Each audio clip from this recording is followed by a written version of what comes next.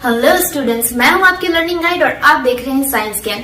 आज की इस वीडियो में हम डिस्कस करेंगे echo and reverberation. But before start, if you're new to my channel, you can do check out the other topics by clicking the above given link in I button and channel को subscribe करके bell icon को hit कर देना for regular updates of my videos. You can also send me your doubts and queries to the below given Telegram ID. And now, without further delay, let's get started. Reflection of sound के phenomenon की वजह से दो different criteria, दो different processes हमको देखने को मिलते हैं। Now we are going to discuss. तो वो दो प्रोसेसेस क्या होंगे? तो इस रिफ्लेक्शन वाले केस से हमको दो डिफरेंट क्राइटेरियाज ऑफ साउंड मिलेंगे, दो फिनोमिनन मिलेंगे। एक होगा इको एंड दूसरा होगा रिवर्बरेशन। हमको यहाँ पे दो प्रोसेसेस या दो क्राइटेरिया देखने को मिलेंगे। एक होता है इको एंड दूसरा होता है रिवर्बरेशन। तो ये इको एंड रिवर्बरेशन क्या होता है हमने पढ़ा। यहाँ पे हमारा कोई एक साउंड का सोर्स है, यहाँ पे कोई एक लड़की है जो गाना गा रही है। हमने यहाँ पे क्या पढ़ा? हमने यहाँ पे रिफ्लेक्शन वाले केस में क्या पढ़ा था कि कोई एक सोर्स, यहाँ पे हमारी एक लड़की है, एक गर्ल है जो कि कुछ गाने गुनगुना रही है एंड वो गाना ऐसी जगह पे गुनगुना रही है जहाँ पे नियर बाय कोई सरफेस, कोई सॉलिड सरफेस प्रेजेंट होगा। अब जब ये साउंड जो इस लड़की ने गुनगुनाने से प्रोड्यूस किया, अपने गाने को गाते हुए प्रोड्यूस किया, तो ये साउंड ट्रैवल करेगा एंड ट्रैवल करके ये साउंड वेव के फॉर्म में ट्रैवल करेगा एंड ट्रैवल करके इस कोई सॉलिड सरफेस से टकराएगा। तो अब होगा क्या कि एक बार जब इस लड़की ने साउंड प्रोड्यूस किया था तब इसने अपनी वो आवाज सुनी होगी एंड दूसरी आवाज उसने कब सुनी होगी? जब उसकी आवाज आगे बढ़ करके इस सॉलिड सरफेस से टकराकर वापस उसके पास आई होगी, तब उसने दूसरी बार इस साउंड को सुना होगा। तो इसी प्रोसेस को हम कहते हैं इको, जहाँ पे साउंड किसी सोर्स से एक्सट्रैक्ट होने के बाद दो बार ऑब्जर्वर को साउंड सुनाई देगा। पहली बार जब उसने साउंड प्रोड्यूस किया तब उसको वो साउंड सुनाई देगा एंड दूसरी बार कब? जब वो साउंड वेव के फॉर्म में आगे बढ़ के किसी सॉलिड सरफेस से स्ट्राइक करेगी एंड रिटर्न बैक होगी यानी रिफ्लेक्ट बैक होगी इन द सेम मीडियम, तब उसको फिर से सुनाई देगी। अब इसके कुछ कंडीशंस होते हैं। इको हर जगह फॉर्मेशन नहीं होता है। इको फॉर्मेशन का सबसे पहला जो एक लॉ होगा वो ये कहता है कि जो डिस्टेंस होगा बिटवीन द सोर्स, ये गर्ल क्या होगी? Source of a sound, and ये जो सॉलिड सरफेस होगा जिसपे अभी ये साउंड वेव क्या कर रही है? स्ट्राइक कर रही है। इसके बीच की दूरी मिनिमम 17 मीटर होनी चाहिए। 17 मीटर की जो डिस्टेंस होती है वो होनी चाहिए, तभी ये इको प्रोड्यूस हो पाएगी। दूसरा, इसकी जो वॉइस क्वालिटी होगी वो लाउड होनी चाहिए।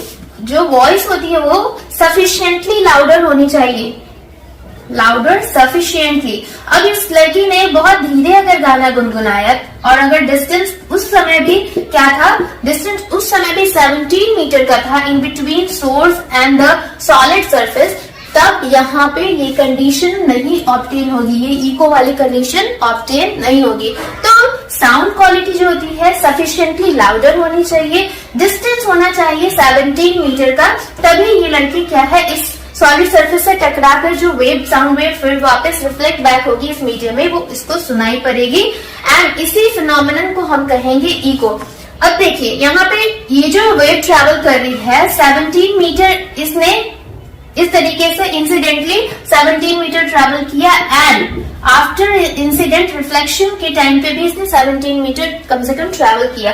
तो 17 प्लस 17 हमको यहाँ पे क्या देखने को मिला कि जो साउंड की टोटल ट्रैवलिंग हुई ये 34 मीटर हुई। हम क्यों यहाँ पे ये 34 मीटर को डिस्कस कर रहे हैं? क्योंकि यहाँ पे एक कंडीशन होता है, जैसे हमने यहाँ पे डिस्टेंस के केस में देखा कि डिस्टेंस जो source of the sound and जो सॉलिड सरफेस के बीच का डिस्टेंस वो 17 मीटर मिनिमम होना चाहिए for the production of eco.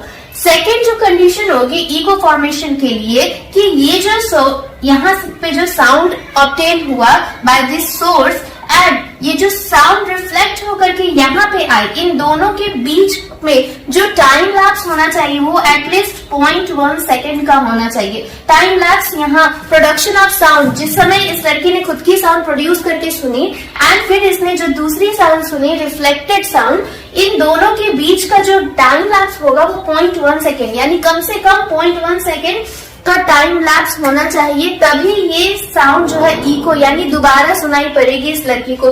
जैसे कि एक एग्जांपल से समझते हैं, हमने कई बार मूवीज वगैरह में देखा है, क्या देखा है कि हीरोइंस जाती हैं एंड पहाड़ों के बीच में, जो पहाड़ी एंड जो वादियां होती हैं उनके बीच में अपना नाम अनाउंस करती हैं एंड जब वो अपना नाम बोलती हैं वो दोबारा से अपना नाम सुनती हैं एंड उनको ये थॉट आता है कि पहाड़ उनके नाम को क्या कर रहे हैं, पुकार रहे हैं, पर ऐसा कुछ नहीं होता है। वहां पे यही ईगो वाली केस देखी जाती है। तो जब हीरोइन ने अपना नाम प्रोड्यूस किया तब उसने अपने नाम को सुना एंड फिर क्योंकि उसने साउंड वेव का फॉर्मेशन किया था, तो अब ये साउंड वेव गैसेस मीडियम से आगे बढ़ करके, सपोज कि अगर ये एक हिल है, एक माउंटेन है, तो इससे टकराएगी एंड टकरा करके रिटर्न बैक होगी, जो कि इसको फिर से सुनाई देगी। तो यहाँ पे डिस्टेंस 17 मीटर कम से कम होना चाहिए इसके बीच में, इस सोर्स और इस माउंटेन के बीच में। अब ये जो यहाँ से ट्रैवलिंग हुआ था साउंड, तब उसने ये जो साउंड सुना एंड जब ये साउंड वापस आया तब उसने जो साउंड सुना, उसके बीच में जो टाइम गैप होना चाहिए, जो लैप्स होना चाहिए, वो होना चाहिए 0.1 सेकेंड।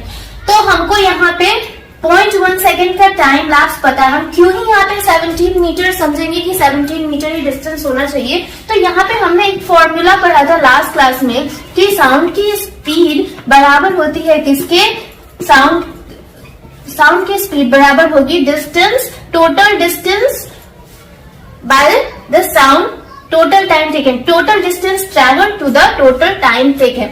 अब यहाँ पे हमको पता है कि गैसियस मीडियम में साउंड की स्पीड जनरली हम कंसीडर करेंगे 340 मीटर पर सेकेंड और डिस्टेंस हमको पता नहीं है, हमको नहीं पता है कि हमको 34 मीटर या 17 मीटर के डिस्टेंस को लेना चाहिए। तो हम कैसे इसको समझेंगे, तो यहाँ पे हम वैल्यूज पुट करेंगे, जो कि यहाँ पे हमारा होगा, क्या होगा, 340 metre per second is equals to distance by 0.1 second, क्योंकि हमको टाइम लैप्स कितना दे रखा है, 0.1 सेकेंड का। अगर इसको कैलकुलेट करेंगे तो हम क्या देखेंगे कि डिस्टेंस इज इक्वल्स टू हो जाता है 340 मीटर पर सेकेंड इंटू में 0.1 सेकेंड।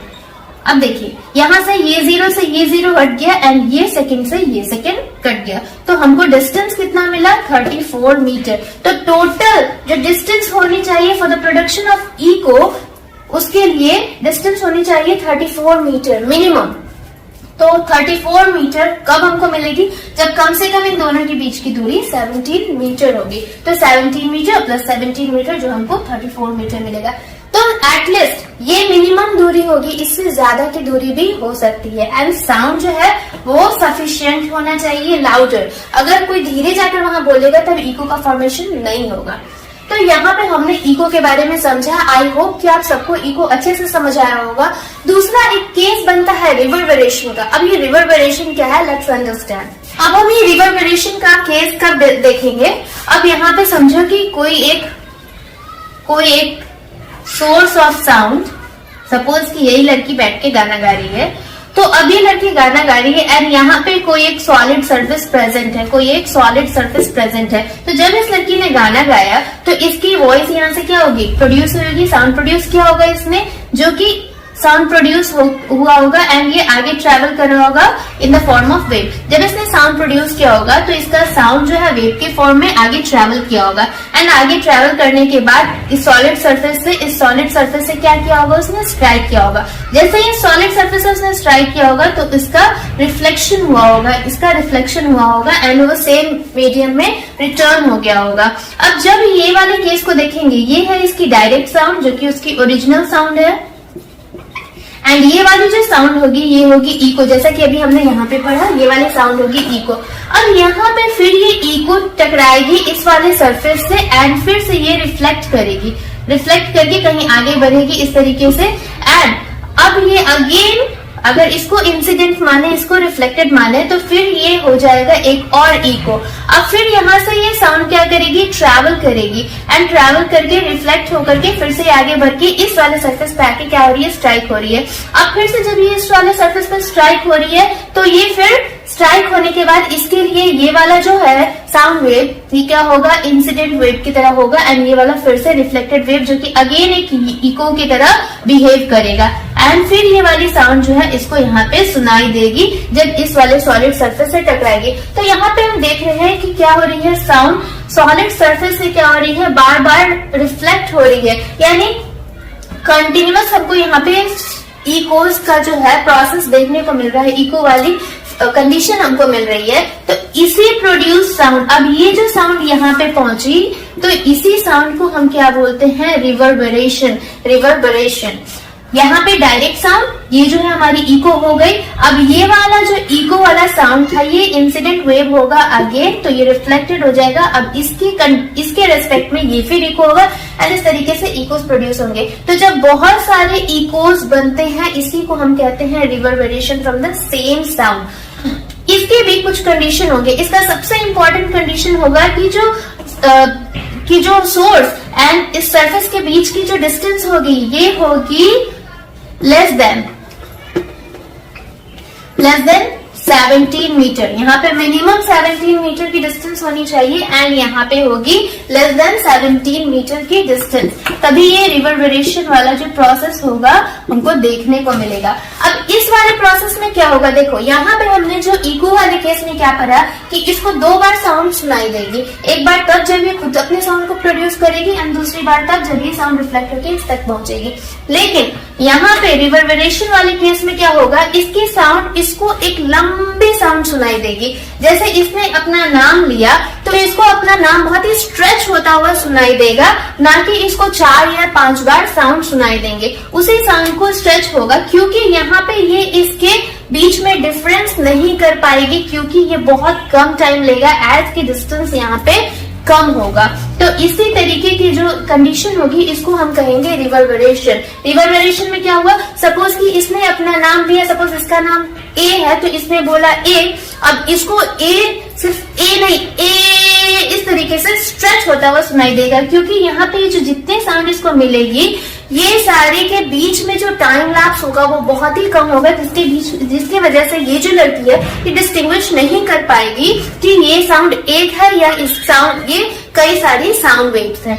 तो यहाँ पे एक स्ट्रेच हुई जो है साउंड क्वालिटी इसको सुनाई पड़ेगी, जिसको हम कंसीडर करते हैं एज रिवर्बरेशन। रिवर्बरेशन यानी रिवर्ब मोड हमारे साउंड स्पीकर्स में भी होता है, तो साउंड स्पीकर्स भी इसी तरीके से बिहेव करते हैं, जहाँ पे साउंड वेव क्या होती हैं, बार बार रिफ्लेक्ट होकर के एंड तब वो सुनाई देती हैं किसको, लिसनर को ऑफ द साउंड, जिसके वजह से यहाँ पे डिस्टिंग्विश नहीं हो पाता है कि ये एक साउंड है या अनेक साउंड है, लेकिन वो साउंड स्ट्रेच हुई, वो उसकी साउंड की क्वालिटी स्ट्रेच हुई फील होती है, वो लगता है कि एक ही चीज को वहां पे स्ट्रेच किया गया है, इसी को हम रिवर्बरेशन कहते हैं। इसकी जो सबसे मेन कंडीशन है कि इसका डिस्टेंस होना चाहिए, किसका, source of the sound and जो सरफेस जिसपे ये स्ट्राइक करेगा उसके बीच का जो डिस्टेंस होना चाहिए वो होना चाहिए लेस देन 17 मीटर। इसके बीच का जो डिस्टेंस होना चाहिए, इसके बीच का जो डिस्टेंस होना चाहिए होना चाहिए लेस देन 17 मीटर, तभी रिवर्बरेशन का जो केस है वो बन पाएगा। सो आई होप कि रिवर्बरेशन एंड इको का जो कॉन्सेप्ट है वो मेरे सारे स्टूडेंट्स को क्लियर है। अगर क्लियर नहीं है तो आप वीडियो को फिर से एक बार रिवाइंड करके देख सकते हो एंड अगर आज का क्लास आपको अच्छा लगा हो, आपके टॉपिक्स क्लियर हुए तो वीडियो को एक लाइक कर देना एंड ज्यादा से ज्यादा अपने फ्रेंड्स के बीच इसको शेयर करना। इस क्लास में हम लोग बहुत जल्दी मिलेंगे। Till then bye bye, take care and thanks for watching my video. विकल्प मिलेंगे बहुत रास्ते भटकने के लिए, पर संकल्प एक ही काफी है मंजिल तक पहुंचने के लिए।